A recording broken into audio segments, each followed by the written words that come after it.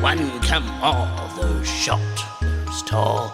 There may be some clowning around, but you'll get an earful all in all.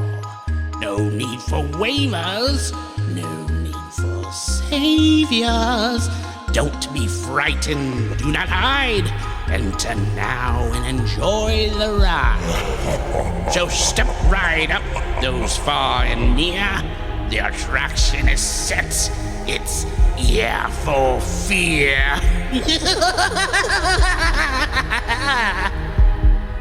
Hi, welcome to the Ear for Fear podcast. This is the podcast that talks about scary movies or movies trying to be scary. I'm Rick. Got one of the creeps in the house, Darren. What's up, guys? Calling in from Texas. Visiting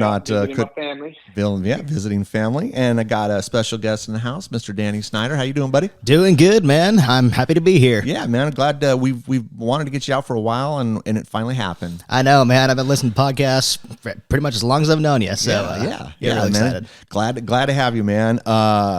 Today we're going to be doing 2000's American Psycho. I have all the characteristics of a human being, but not a single clear, identifiable emotion. I simply am not there.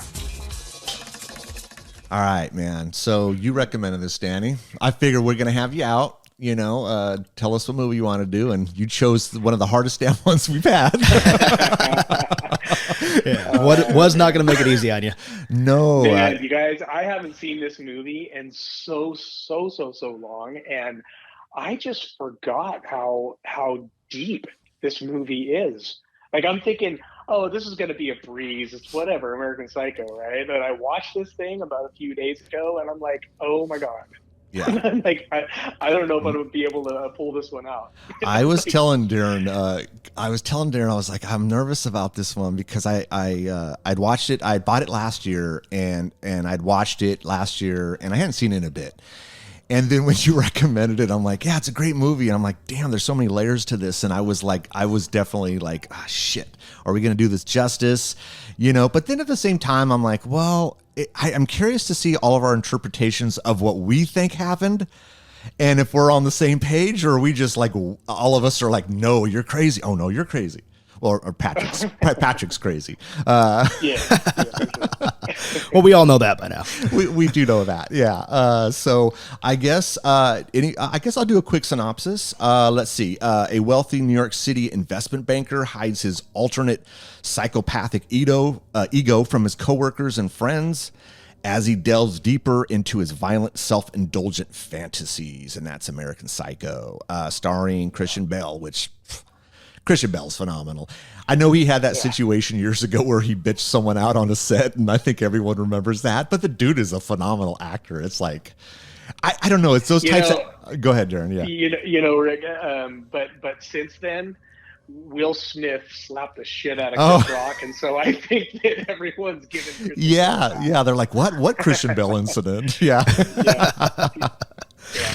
I don't know, man. Those method actors, I know he's a method actor. I mean, I know there's other ones, and they're all about their art, and I respect that. But I mean, I don't know, man. There's like a fine line between taking it, too far and treating someone like shit. I would have to agree. And when you're playing a character like Patrick Bateman, method acting might be a little bit sus with your coworkers and co-stars there. Yeah, for sure. Okay, before we, because I know I'm gonna forget, Danny. Go ahead and you plug some stuff away, because I always try to do that when I have guests on, and I always forget at the end. So before we jump in anything, talk about your band, talk about where people can, just kind of give us all the lowdown on it. Yeah, definitely. So I'm starting off great here. I am in an LA-based band called Grave Mistake. We've been together for about 5 or so years now. By the time this will have released, we'll have put out a brand new song called Imitation Hollywood. It's a great collaboration with the guitar player from Puddle of Mud, Matt Fuller.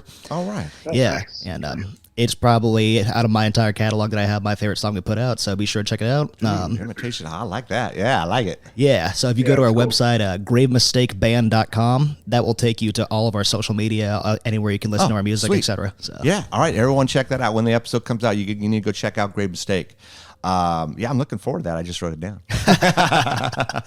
All right, man. So what we typically do here is when we have someone out here for the first time, we kind of throw out some questions. You've never seen the questions. You have no idea what I'm going to ask you. It's just most of the time it's horror related. But today most of the questions are horror related. Today I'm going to throw one curveball. And the only reason I'm going to do this is because you just talked about your band. And I was thinking about this. And I was thinking about, okay, what are some of the coolest band names? And this is off the top of your head, man. Give me three of your favorite, not bands, but favorite band names. Just random, if you can come off your head. Okay, so the top 3 that I'd have to give for that would have to be Ice Nine Kills, Black Veil Brides, and Skid Row. All right. All 3 of those are awesome. Darren, you got anything off your head? Oh, good Lord, no, dude. Listen, I've already been on this show. You don't put me on the spot. All right. So I got a few. I've always loved, there's 3 band names that always jumped out at me. Audio Slave was one. I always loved that. Yeah, you know, great band, first of all. But I just thought the name was pretty cool. Supertramp, older band. I just thought, again, a cool name. And then Sonic Youth. I never really cared for the band itself. I just thought it was a cool fucking name. Oh, yeah, it's that's what I name. got. That's what I got off. Now, anyways, the rest of the stuff will be horror related. I just thought since you were talking about the band, let me just throw one at you. You know, this one's easy. What is your all-time favorite horror film? I would have to say probably the Saw franchise, personally. Oh, okay. Yeah. Oh. Yeah, Saw's good, man. James Wan. Yeah. Oh, yeah. You know what's funny, man, is when I saw that for the first time in the theater, I'm watching this thing going, okay, I'm digging it. And then they get to the end and I'm like, I'm pretty good at figuring out horror endings or movies and what's going on, whether it's going to be a surprise or not. I had no idea. Oh, yeah. I had no idea. We probably I guess we didn't say what the ending was. So anyone who's not seen Saw, I guess it's not like, But yeah, dude, I was like blown away. I was like, no shit. The guy I'm just going to ruin it. The guy's literally laying there the whole fucking time and we don't even know. Like, we're thinking he's dead. Exactly. Dude, that was pretty cool. I mean, hey, the movie's been out for 20 years. I don't think you just spoiled it for anybody. Yeah, I would hope someone has seen it. Yeah, but you'd be surprised sometimes, Oh, yeah. So that one's an easy one. All right, here we go. This is would you agree to participate in a seance? I'm open to anything. I would definitely go for that. Would you really? Yeah. I mean, I'm always interested in anything creepy, occultish, that kind of thing. Yeah? Yeah, I need to check out. I don't You think know I what would. freaks me out about that? What freaks me out about that is I would totally do it too, but I would be afraid of some creepy ass fucking thing like attaching to me and then I take it home, right? Yeah, man, I don't know. And then next thing I know, I've got some fucking demon thing in my house I can't get rid of. Yeah, dude, no, I wouldn't do it. I've seen way too many movies. I'm not doing it, man. I'm not even taking a chance.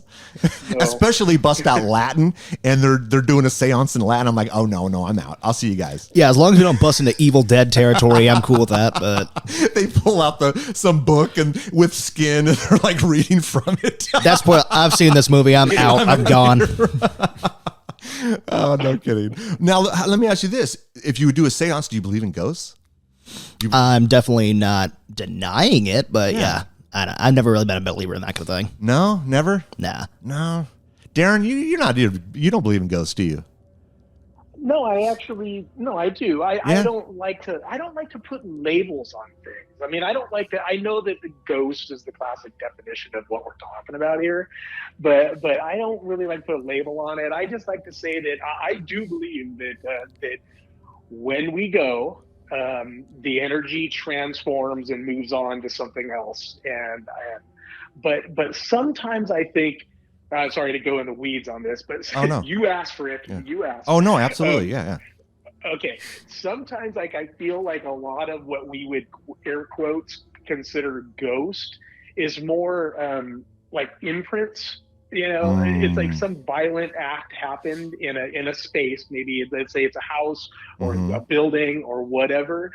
And that imprint leaves an impression, and what some people who might be a little bit more inclined to see that sort of stuff than others, they're not necessarily maybe seeing a ghost. They're seeing the imprint of the event, the energy of the event that's still lingering around in the room. Yeah, I mean, that's definitely. Yeah, that quite frankly is a lot more the kind of realm that I'm believing in. We're talking believe about in? ghosts. Yeah, If we're talking like Ghostbusters kind of thing, Oh, no. no. Right, I don't right. believe there's any physical manifestation of Yeah. the spiritual world, but I Yeah, do believe that does exist. I think I believe in some sort of something. I don't know, some sort of entity or some presence or something. I don't know what that is, because I can tell you of many occasions over the years that I've felt something around me, sleeping in something, like I feel like something is looking over me, or it's weird, man. And it's happened my whole life. Like, it's odd. So, and I don't know what that is, you know. Yeah, I would certainly agree with that. Yeah. Well, yeah, man. I mean, because matter and energy is interchangeable, and so you can't create it or destroy it. So it's got to go somewhere. Yeah. Why the hell not? Yeah. Move on to something else. Yeah. No, true, man. True. All right. Let's see. Here we go. Oh, yeah. I like this one. If you were stuck in a slasher film, what character best fits you? Oh my gosh. Oh man. Gosh. I'm Jamie Lee Curtis. You're Jamie Lee Curtis. I like it. Yeah. I almost probably feel like I'd be one of the killers, Would you really? I feel like Yeah. like a Jigsaw kind of killer would be, Yeah. yeah. Either that or like an Eric Draven from The Crow kind of thing. I feel like if I was ever to be in a horror film, I would have some sort of like vendetta against the people that I'm going after. So Yeah. Although I wouldn't mind being Freddy Krueger. That would be kind of cool. You be Freddy? that would be cool. Oh, fuck that, man. I don't know. I think in a slasher, I don't think I would. I don't know. If I had watched slasher films and I was somehow stuck in one, then I would know to immediately get the hell out of there. But if I wasn't, I would probably die pretty quick. I think I would. Or I would run and hide and just stay there as long as I could. I'm like, sorry, folks. I'd probably be the guy who would go, Darren? Yeah. Go ahead, buddy. No, I was just gonna say Rick, you'd be one of the teenagers that did some stupid ass shit, like trying to get in a parked fucking car and then drop the fucking keys and. Oh yeah, so some trope, some trope stuff. I'd be like one of those kids who goes like, okay, I'll be right back, and then never return to just find his corpse later. You don't last long at all. It's like, hey, what happened to Danny? Oh, I don't know. We saw him over by the lake. I'm the guy who dies in the first 20 minutes, yeah. Yeah, no, Danny shows up at the end of the movie. He's got like a grocery bag full of fucking ding-dongs. He's all like, shit, like, everyone's fucking dead. Oh, well. Shit, hell yeah, dude. Okay, last question. When you die, what do you want etched on your tombstone? You got anything? Okay, probably just I love to party, something like that. Something, yeah. I don't know. I want to Here be remembered lies for having Danny. fun. Yeah. Well, there's nothing wrong with that, man. Full of life. Yeah, Something exactly. like that. Like, I don't want to have a freaking funeral procession. I just want to have a party, man. Have like a band play or something. Have a band play, bust a tequila out, man. There you go, man. Well, that's it, man. That was pretty harmless. You survived the questions. I made it easy on you today. All right. Well, I guess American Psycho. Before we dive into this thing, let's tell the listeners there are going to be full spoilers. 1, 2, spoilers coming for you. All right. I think before we do this, I have to go return some videotapes. 'Cause didn't he say that through the whole movie? Like a couple times at least, Dude, yeah. I counted at least 3 or 4 times. But before you do that, though, Rick, you got to listen to Phil Collins, right? I gotta listen. Oh, for sure. I gotta get Phil Collins and some Huey Lewis and even Whitney Houston. Lewis. I gotta break. Right. Man. I tell you, this is directed by Mary Herron. I don't know what she did after this. I'll be honest. I didn't look it up. I wrote her name down. She at least gets a couple seconds of that. Oh, yeah, she did well in this. She did. Because I think there was a. I think there was a lot of back. Well, I don't know. What I'm trying to say here. I think they got a lot of shit for this. Like, I think when the author came out, it was like glamorizing violence, and I don't see that at all. Like, rewatching this again, this was very satirical to me. Like, this is... I would have to agree.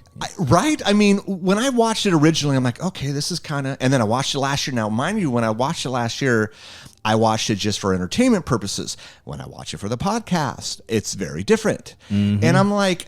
I'm going, well, there's a lot of comedy in here. And so if you kind of go in with that way, then it's not like what you think. Does he have all these thoughts? Sure. Whether he's doing or not is different.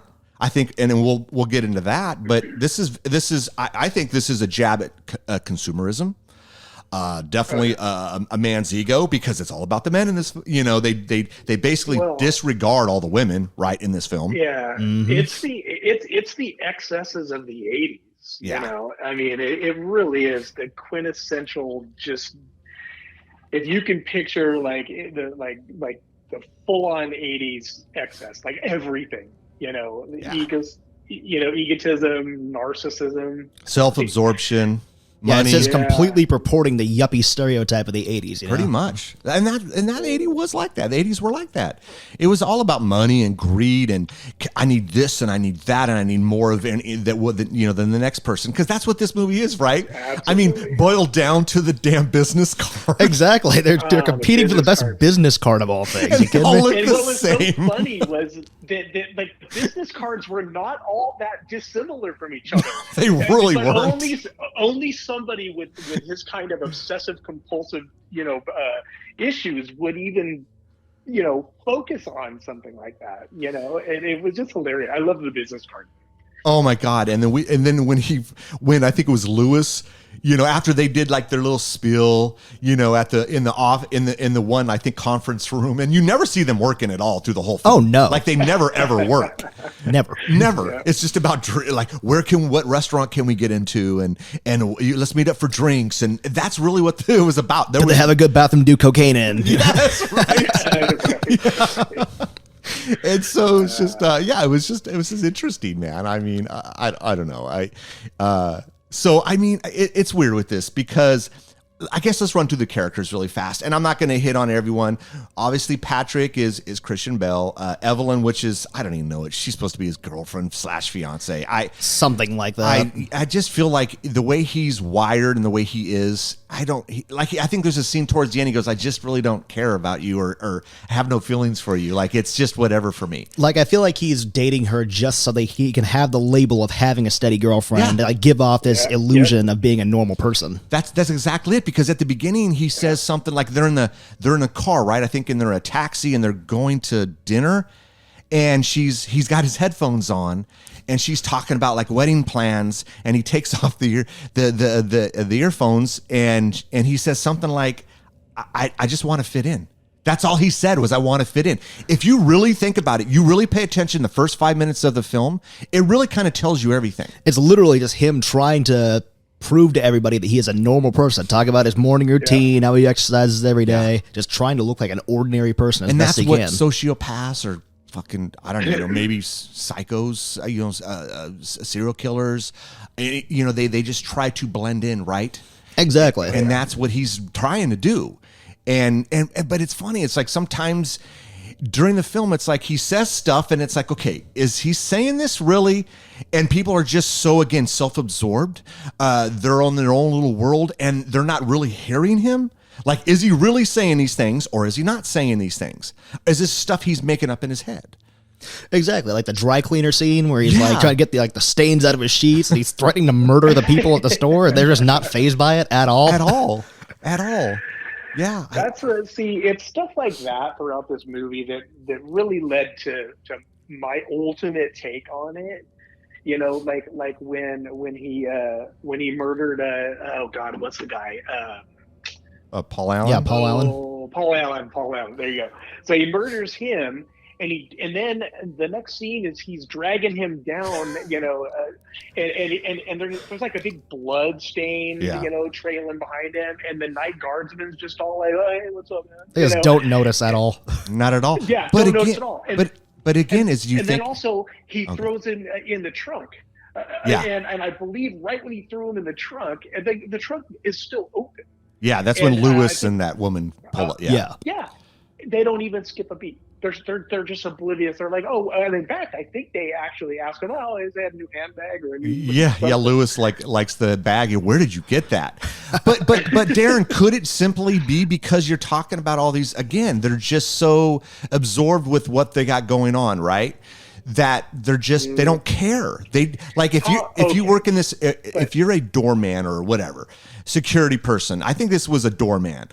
And if you're working at a doorman in a very ritzy place, do you really think something like that is even going to happen? So you're just like, you just dismiss it. But if you're a doorman in a ritzy place like that, and you see a guy dragging a freaking body with blood trailing behind it, but it was just a bag though. He just saw him dragging a bag, which anyone could be carrying a bag. Exactly. Basically, it was the shape of the body. But yeah, okay.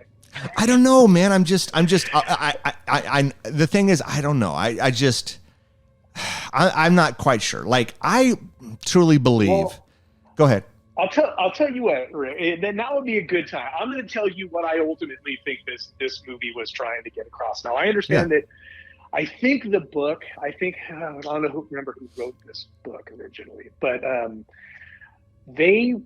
I don't think they necessarily were trying. I think in their minds when they wrote this book, there was some ambiguity in the book itself. But I think that ultimately they were trying to say that no, he actually did these murders.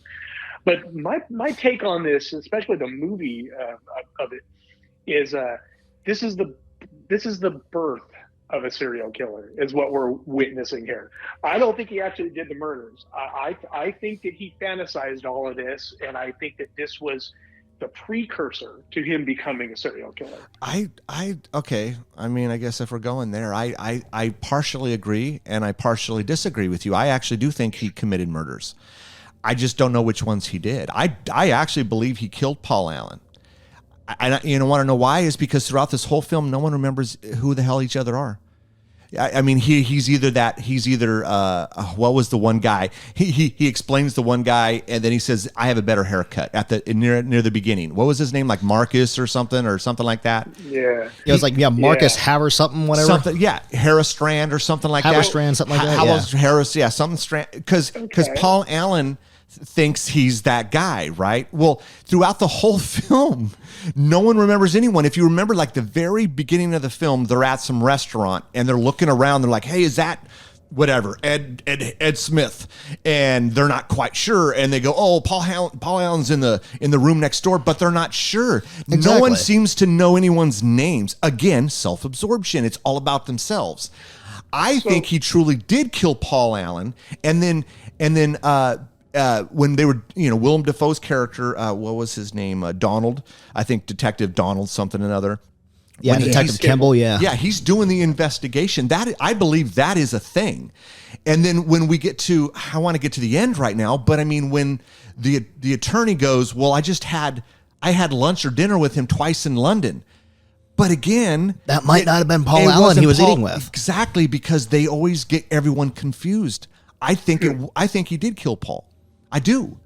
You know, and I quite frankly tend to agree with that. Yeah. Okay. Well, how then do you explain the apartment and it's just all like clean and he's all tripping out? He's like, "What the hell?"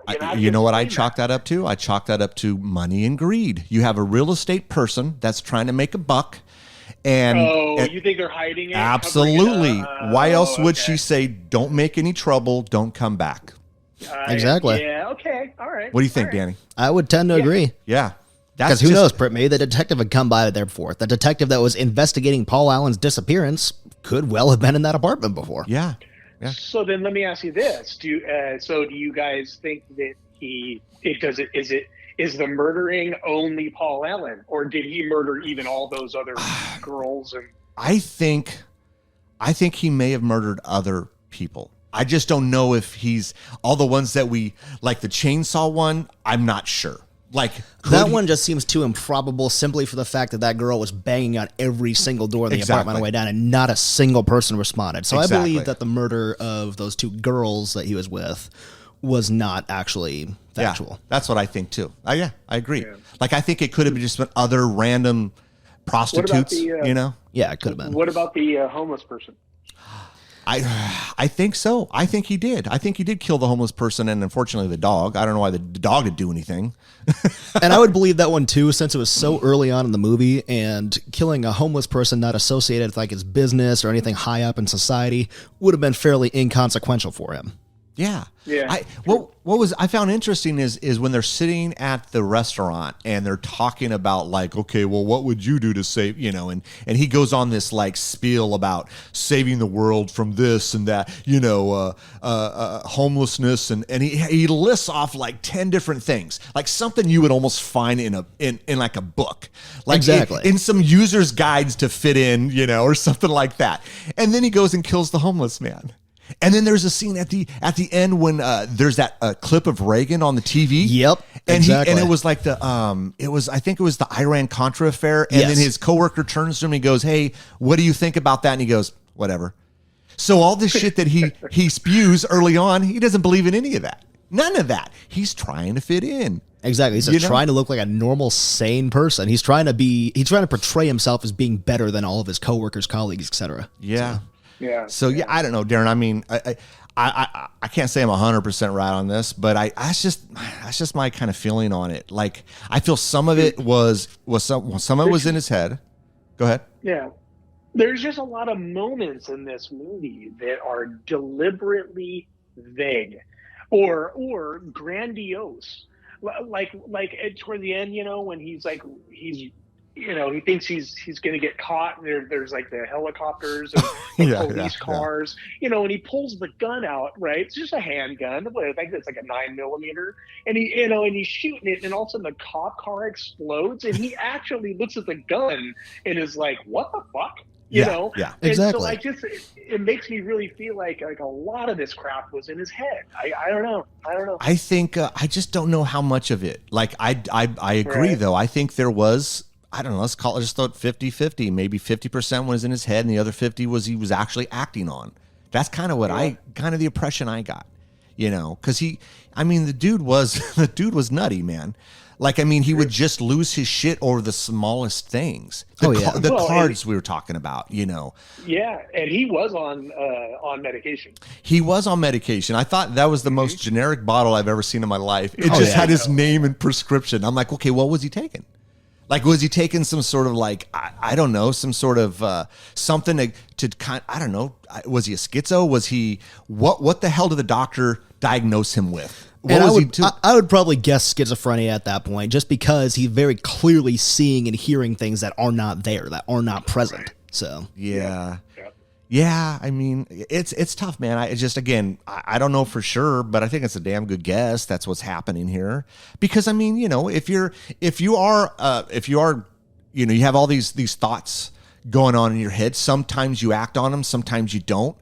And maybe it's a situation where he acts on them when he knows he can get away with something, right? Exactly. Like if he kills a prostitute, in his mind, no one's going to track her down. No one cares. Exactly.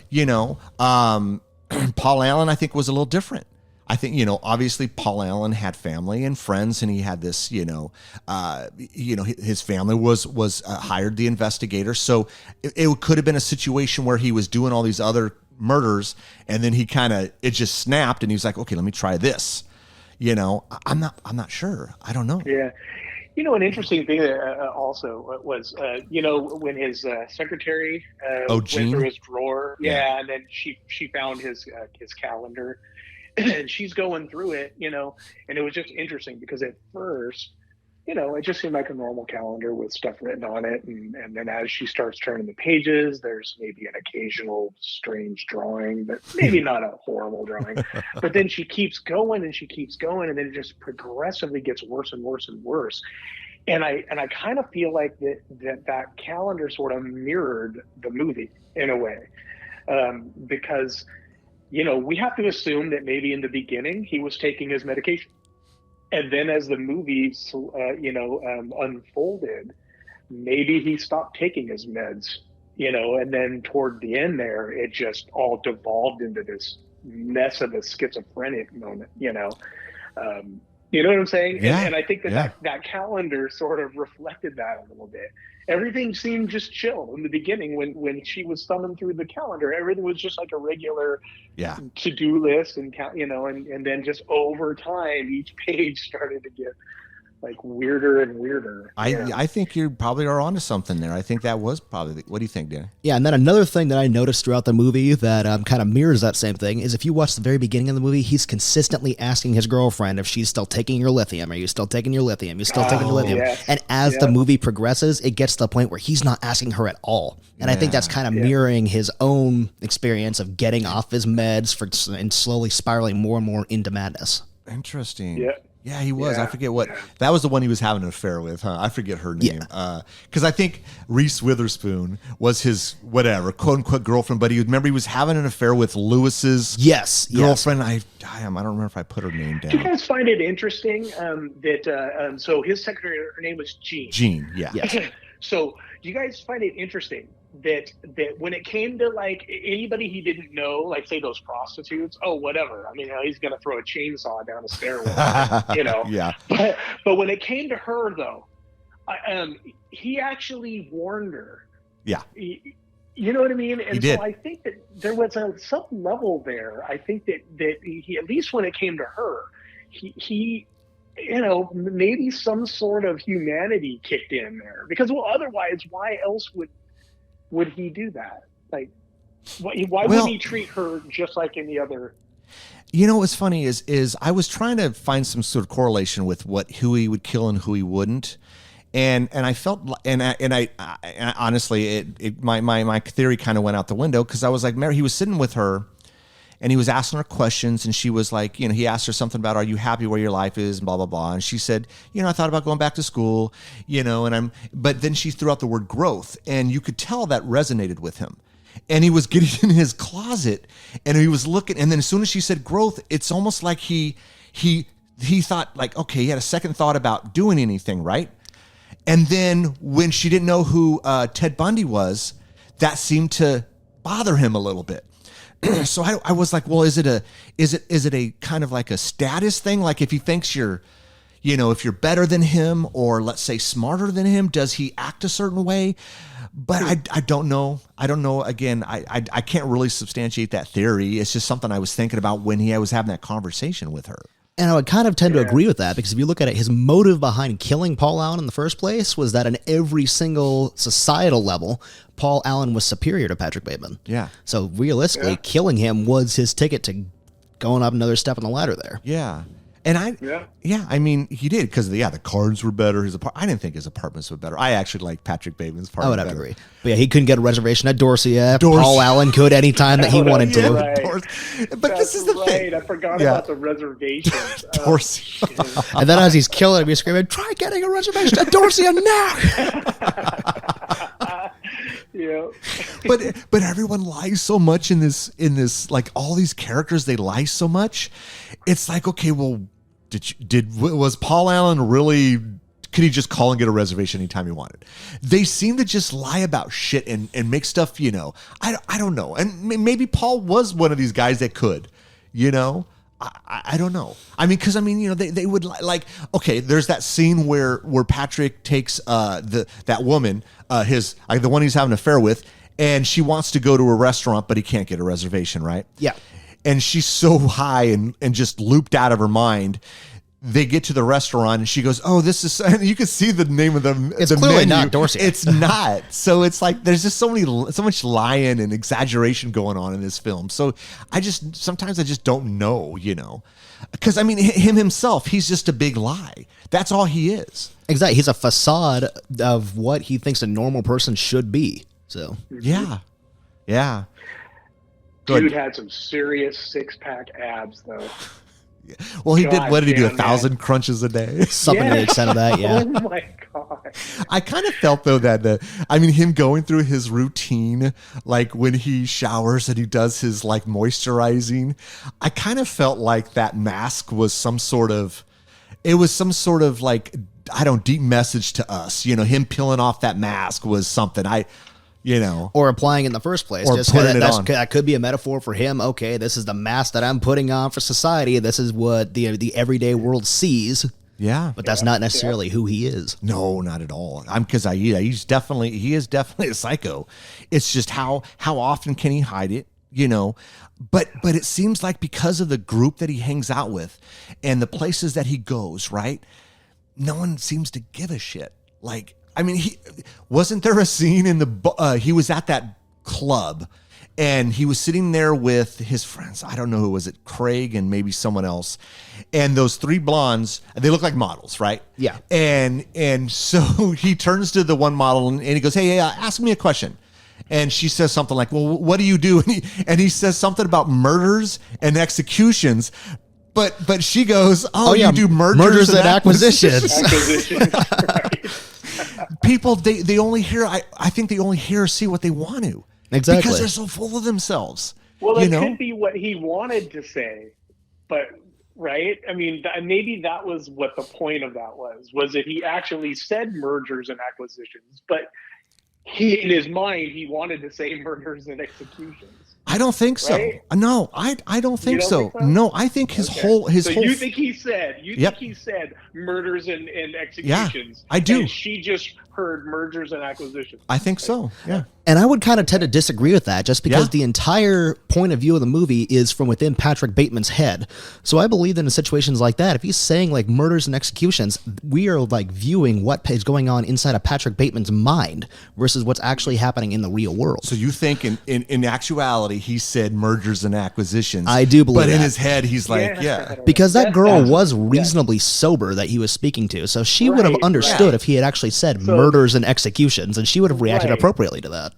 Listen, I understand that most definitely this movie is flirting with this idea that, you know, most of the people in it are kind of oblivious to some details, but I don't think it applies to everything.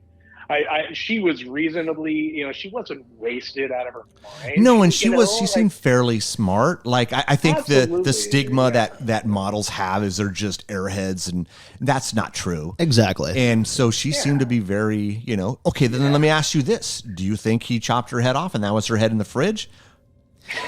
I don't necessarily believe that personally. No, neither do I. Because I just feel like it seems like these models had like some sort of a history with all of his coworkers, and she would have been missed had she actually been killed. It's like she would have been one of those people who was high enough up in society that it would not have gone unnoticed if she were to disappear. So he was imagining the head, but the hair he probably maybe cut off while she came over. That is a lot more believable because that would kind of fit into the whole obsessive compulsive theme that he has about him. Okay. Okay. So all right. I guess I could see that. Yeah. I don't know. Yeah, maybe you're right. Maybe it was just what was in his head. I feel though throughout the movie he's trying to open up to people in a way like, this is who I am. You know, I can fake it so much, and I can lie, and I can do all these things, and I've somehow, you know, duped you guys. But I feel during the film, off and on, he is opening up to tell people who he really is, and no one gives a shit. His reality from, you know, being on the medication, which is making him, you know, stable enough to put on his facade, you know, that is slowly deteriorating away because he's no longer taking his medication, so he's spiraling down. And so then, you know, he starts to... you know, he starts to have delusional thoughts, you know, that we're witness to, you know, but doesn't necessarily mean that he's saying all of his delusional thoughts to the people he's interacting with. Exactly. And if you look at him throughout the film, he has just this stone cold look on his face that you can tell he's just operating on autopilot. He just looks like a zombie. So it could very well be possible that he's saying quote unquote normal things throughout the film while something completely different is going on in his own head. He might not even be aware that he's putting on a facade of like a normal person. Yeah, maybe you're right. So like when he's in the dry cleaners and he's saying that, maybe he's not saying, he's just yelling because they can't get the stain out. He's not really saying, I'm going to kill you. No. You know? Exactly. Because I mean, I'd probably kick a customer out of my store if he threatened to kill me over what is supposed to be a blood stain. So yeah. No, see, that's what I mean. And that's why that's I think the I don't know, the genius of this movie is that there is so much ambiguity to it. Like deliberately filmed this way to make things go, oh, well, it was this way, but then now maybe it's not that way, right? I mean, that's what's fucking awesome about this movie. Seriously, the layers to this thing. So I'm watching the beginning, right, when he goes to the ATM and he pulls out all that money. and then he sees that that woman walk past. And then he kind of, catches up to her, right? Yeah. And it says, I don't forget what he says, how are you, or something like that, And then she does a double take, sees what he looks like. He's dressed nice. And then it has the crosswalk, the little sign across the street where it says, don't walk. Now, I was looking at this and I was like, well, is that a message to her? Don't go down. I think it was a message to him. You're going down this path. This is a slippery slope, man. Don't do it. And then, and for all we know, it was like, okay, like Darren says, maybe he wasn't taking his medicine and he was now going down this path that it's hard to come back from. And I don't know. What do you guys think? You think that was more of a message, some like underlining message to her? Don't do this, or was it to him? No, I think it was to him. It was to him? Yeah, absolutely. I think it kind of could have been both in a way. Yeah. I think that could have been a warning to him, like, hey, you're not going to be able to come back from this once your mind starts going down that loophole there. And for the woman, I think it might be, this guy is dangerous. You could tell looking at her, she was suspicious of him at the very least. So yeah, I think it's like when you see, like if it's just a random person, right? Let's just call it 10 o'clock at night. I don't know. Is this place in New York, right? Was this in New York? Yes, this was New York, New York so, City. Let's call it, okay, so New York, 80, what was this, 87, 88? I forget what year it was. Yeah, 87. New York, if this woman, and she looked businesslike, right? She seemed she was definitely upper class, yeah, upper class, right? And if this was me, like I don't dress like that, I don't look like that. Oh no. Let's say I just come from an ATM and I'm walking down and I'm walking up on her and we stop at and I say what he says, dude, it would be far different, her reaction, than what he is portraying. This very good looking man with a suit. He, all of these things, and it, it's very different. Oh yeah. And again, it's what you're conveying, and what he's doing throughout the whole movie is he's not who he says he is or portrays to be, And it's just interesting how people look at other people and they immediately think, look, I'm a normal person. I could come up to you and just be happen to be walking down the street, and I say, hey, and you just, however you want to react is how you react. But because someone's wearing a suit, clean shaven, all of a sudden they're not crazy, they're okay, And I think that's how most society is, right? Realistically, yeah. They look at someone and they judge them without even like getting to know them. And here he is, a crazy ass fucker, killing people or wanting to kill people. I still think he's killing people. Maybe not the 20 or 40 like he said. That's what's interesting. He goes, when he's doing that, he's confessing to the attorney. He has no idea, like his time frame is off, because he says something like a week ago, but I think he had killed that homeless man weeks ago. Like I think several weeks had passed. He doesn't even know what day it is and what's going on. Well, I killed 20 people. Well, maybe it was 40. That's a huge difference. Like if I say 20 to 21, okay, that's an approximate, but 20 to 40, that's a big jump. And the fact that he gives that wide of a window there tells me that he himself is not fully aware of what is and is not real. Yes. Yeah. And another thing that tells me that whole sequence with like the exploding cop cars and the helicopter, what tells me that was not factual was the fact that the police never followed up. No, not the helicopter shines a light into his not window. at all. Never showed up at his apartment looking for him. It's like, this is not Grand Theft Auto. Going into your office is not a safe zone. Yeah. So. or what did the ATM say? Like, please feed me a cat or something like that. Yeah. Yes. What the hell? What was the meaning behind that? What the hell did that even mean? Was it just something crazy thing that they just thought was? I think it was just like, okay, here's a kid and I'm going to kill it. That's the first thing that went through his head. Is it because, okay, and I only because I've watched a lot of like television shows and documentaries on, and I watched Dexter. Okay, sociopaths, killers. They start usually with pets. That's typically what people say. He kills the dog, early on in the movie. Then this is the cat because it's a pet, and it's like, are we trying to, or is it just some random thing? Because then he shoots the lady, and then, exactly. That's I don't know.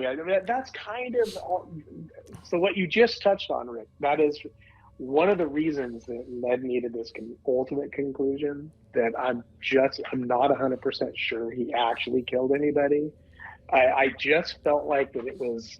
He started out with animals, which, to your point, is exactly what psychopaths or sociopaths do. They start with animals, and then they sort of graduate to humans, and so his fantasies were to murder people, but he was acting them out on animals. I don't know that. I don't know, they man. seem to touch on that a couple of times. They did. I just don't. I don't know, man. I know he mentioned Ted Bundy and he mentioned Ed Gein, and I'm like, those are two very well-known serial killers, right? And is it like I mean, is he? But you definitely have me more in neutral territory. Like I came into this podcast pretty convinced that, and now I'm just not so sure. So I don't know. I do. I mean, I think he did kill Paul Allen, man. I think he went overboard with all of those things. Okay, hold on. So now, Okay. So then you think that when at the end there, when he was talking to the attorney, you think the attorney just didn't know who he had lunch with in London? Well, because if you remember the attorney, and I could be wrong on this, when he leaves the message, he calls him Howard. When he goes and confronts him, he calls him Harold. And then the attorney calls him Davis. Well, we know it's Patrick, but he calls him Davis because he thinks he's Davis and not Patrick Bateman. It's his own damn attorney. I think the attorney he had a dinner or lunch in London with someone different, and he's thinking it's Paul Allen, and it's not Paul. He just blended it all together and doesn't know who the fuck he is. Yeah, I don't think any of them really know, other than maybe his core really close friend group. Those 2 or 3 guys, they know each other's names, but the other ones. But if you ask them, and this is a coworker, and you notice all of them were vice presidents or something. It's Exactly. It's like, what the hell, man? They throw vice president around like it's just ridiculous, man. But I think other than the couple, like I said, you take the 3 or 4 of his friends, right? And I think they obviously know each other. But everyone else, it's like they just don't care. And so, you could tell the attorney was a total douche. So he's like, oh no, I had dinner with Paul Allen. No, it was probably some other random dude. Exactly. That is in some sort of this kind of semicircle of all these upper class vice presidents, and it's like it could have been some random John Doe, and it was not Paul Allen at all. And so he's thinking, shit, did I really not do that? I think he really did kill him. I'm still pretty adamant that this entire thing was in his head. So you think he didn't kill Paul at all? I believe he did not kill Paul. Man. Well, I mean, I don't know. Because let me tell you this. When I watched this small little clip of the director, and she said, when I directed this wasn't about him having a hallucination. That's what she said. So now I don't know if there's truth to that, but I mean, she's the director of the film. That wasn't her when she did it. That wasn't her. She didn't imply that. That wasn't what she was going for. But along the way, of course, people think that. I wonder if it's just however we decide to interpret it, and none of us are wrong. I don't know. Hey, did you guys read that or know that apparently Christian Bale used a Tom Cruise appearance on the Late Show to as inspiration? No, did he really? Yeah. So looking for a way to create the character of Patrick Bateman, Christian Bale stumbled onto a Tom Cruise appearance in the Late Show with David Letterman. According to co-writer and director Mary Herron, Bale saw in Cruise this very intense friendliness with nothing behind the eyes, and Bale subsequently based the character of Bateman on that. Interesting. I wonder what interview that was. That's believable. God, I know, right? I could kind of see that. Was that like Risky Business around that time, or was it something else? No, it was Cocktail. Oh, Cocktail. Yeah. Oh, interesting. Yeah, so apparently, Tom Cruise says Tom Cruise is actually featured in the novel. Oh, I don't know if you. I've not read the book. I have not read the book. Maybe. Yeah. Okay. Yeah. So apparently he's featured in the novel. He lives in the same apartment complex as Bateman, who meets him in an elevator and gets the name of Cocktail wrong, calling it Bartender. Yeah, the movie wouldn't be nearly as good. No. Yeah, we're gonna go see that movie Bartender. No, yeah. I don't know, man. I still believe that he's doing some of this stuff. That's what I believe. I don't know. I don't know. I mean, yeah. I mean, I could be way wrong. I could be way wrong. Well, you guys man, could be right. You know what? That's the make of a good movie. Like I said, I did not give this movie enough credit because, again, I think when did this come out in 2000? Yeah, year 2000. 2000, yeah. Yeah, God, man, I think I want to say I didn't see it in the theater. I think I saw it like a year later. I think I saw it in 2000. I don't think I saw it in the theater. Yeah. I mean, this Yeah, really I was a only saw cult one. classic. It didn't take off really until DVD was commonplace. A lot of them films do that. Like they all of a sudden, they get that kind of cult following, right? And then they just kind of, and then everyone starts coming up with their own interpretations of what really happened. And are any of us really wrong? I mean, I think it's kind of, cool that we all have these different opinions, and that we all see stuff. I would almost prefer that sometimes than just seeing something for black and white that it is. It's like, okay, well, this happened.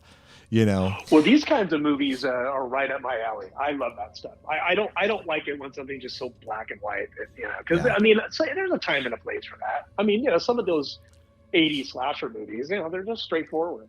Oh yeah, you're not getting any substance to a slasher. Right.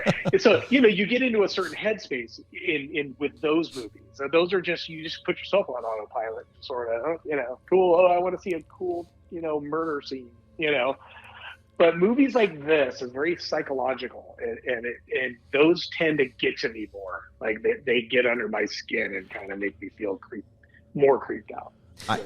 Yeah, and bottom line, because this story is being told by a person who is suffering from a psychosis, not even the narrator is aware of what's real and what's fake, let alone what we're seeing, It's true. So I don't think anybody really knows what actually happened here, not even Patrick Bateman himself. Yeah, he has no idea either, huh? Interesting. Okay, what did you guys... Okay, I caught this as I was...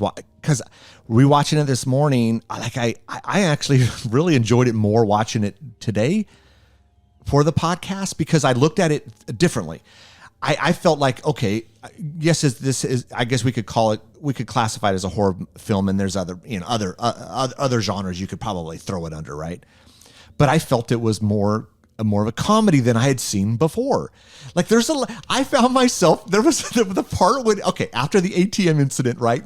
And he shoots the woman, he blows up the car, and then he goes into the hotel, he shoots the dude, and then the innocent maintenance guy comes out and he caps him, and I was actually rolling, dude. I was like, what the hell? I think that in itself is just kind of a spoof on all the stereotypes of the movies from the 80s. I think so. Because obviously this is 20 years, 15 years after the fact of all those movies coming out where that same kind of thing would happen. Right. Whereas back then it was commonplace, but by the year 2000, it was just, we were making fun of it by then. Because you didn't see a lot of that. I mean, 80s, they did almost anything and everything, and they got away with it. You can't do a lot of that stuff now. Oh, there is no way you can. And so, I was like he went out the door, and it was one of those revolving doors, and he came back in. He caps the damn maintenance guy. I actually started busting. And that just goes right back out. Missed one. And then the fact that he dives into Huey Lewis and Phil Collins and even Whitney Houston, I'm thinking, even the woman that he was, I forget what her name was, and she's kind of laughing at him, you have a Whitney Houston CD. You have more than one Whitney Houston CD, right?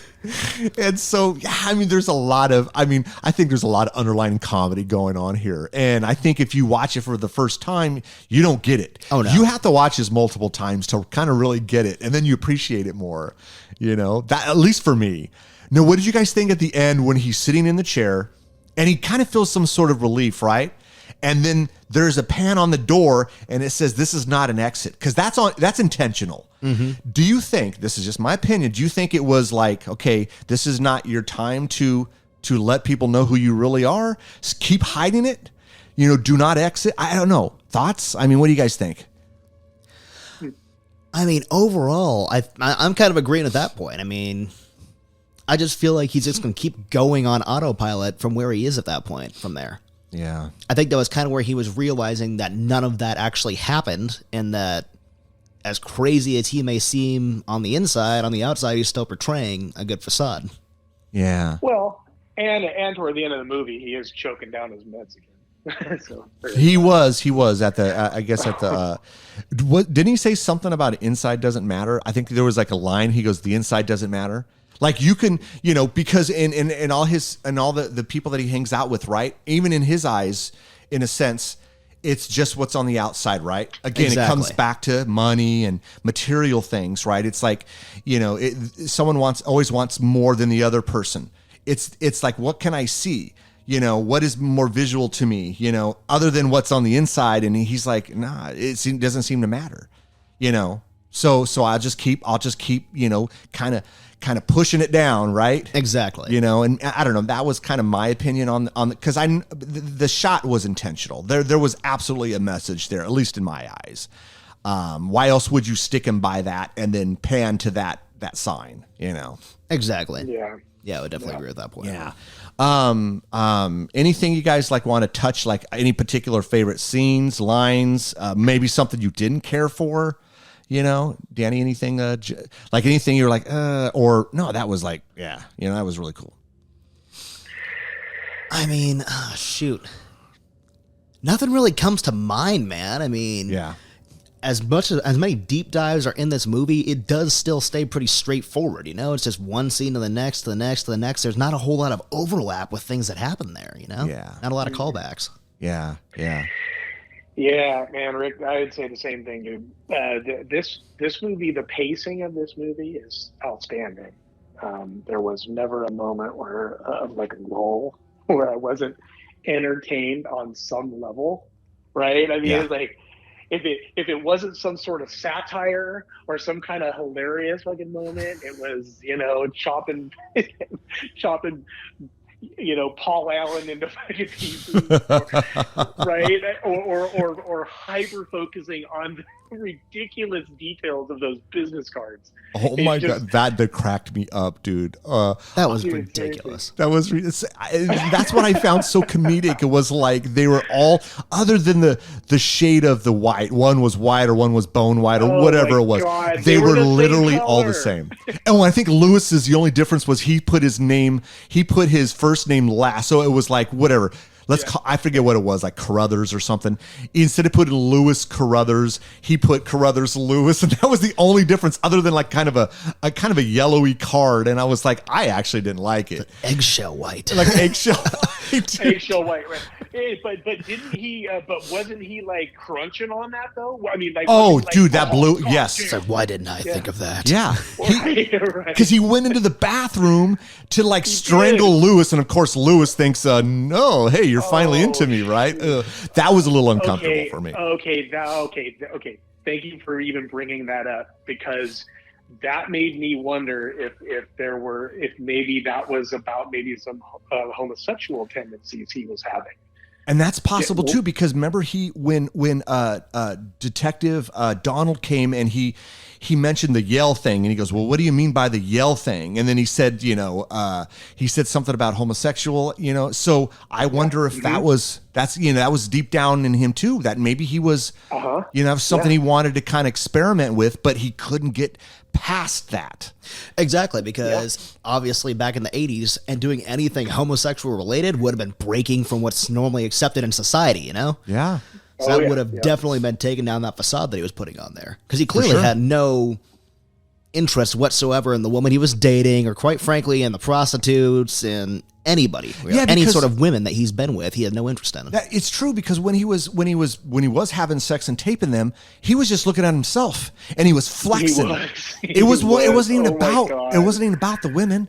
It was about himself. Like he was flexing and like, So yeah, maybe It could be. Yeah, I mean, it's possible. Maybe that's why he was filming it, just to prove, like, hey, look, I had sex with 2 women at the same time. Yeah. I'm normal. I thought the part I thought was kind of interesting when he was doing the crunches and he had Texas Chainsaw Massacre playing in the background. That was just I was like, because preposterous. everyone works out to Texas Chainsaw Massacre in the background. I mean, that's a normal thing. Dude, it's a thing. If you've never worked out to check the Yeah, I mean, what are you doing? You don't know what you're missing. I'll have to give it a shot. Because remember in the 80s, Danny, you're younger than us, but in the 80s when the workout, it was booming, and you had like Jane Fonda's workout. It was like a video cassette that people would buy, and they would work out to it, and they had a ton of these. And so I would think by 87, like he would have had that instead of Texas Chainsaw. But nope. I mean, Texas Chainsaw was what, 74 or something like that? 74, 75. 95. Shit, I forget what year. But yeah, you're about right. All right on the money. But he's like, what he's the working out hell? to that instead. There's just a lot of a lot of underlying comedy going on with this, and that's why I think I liked it more rewatching it again. Oh, for sure. I'm trying to think anything else. It's probably one of my. I think it's been elevated into probably one of my top. Yeah. Yeah, I would think agree. It really has. I mean, Christian Bale's performance is pretty. I mean, it's pretty damn good, dude. Like looking back, who was originally supposed to? Do you know? Was there someone else casted for? I think it actually was there were a Willem couple. Dafoe. Willem Dafoe was supposed to play the character of Patrick I think Bateman. I'm pretty Leonardo sure he was. DiCaprio. Who was Really? it? DiCaprio was. Oh, Leonardo DiCaprio was. Oh, in 2000. I mean, that's 23 years ago. Okay. I mean, I guess I could have seen that. Yeah, I'm pretty sure Willem Dafoe got pulled away to obviously be Green Goblin in the first Spider-Man movie at the time. Oh, okay. But yeah, I think that originally he was offered the role of Patrick Bateman, but then he ended up getting demoted to like a more just the minor detective. character. He still wanted to be in the film, but he had Spider-Man or something else. Exactly, to do. yeah. Interesting. I don't know. Going back, and of course, all we have is Christian Bale to. Oh, go ahead, dude. Yeah, I was just gonna say, that's a good call, man, because Willem Dafoe is not a handsome man.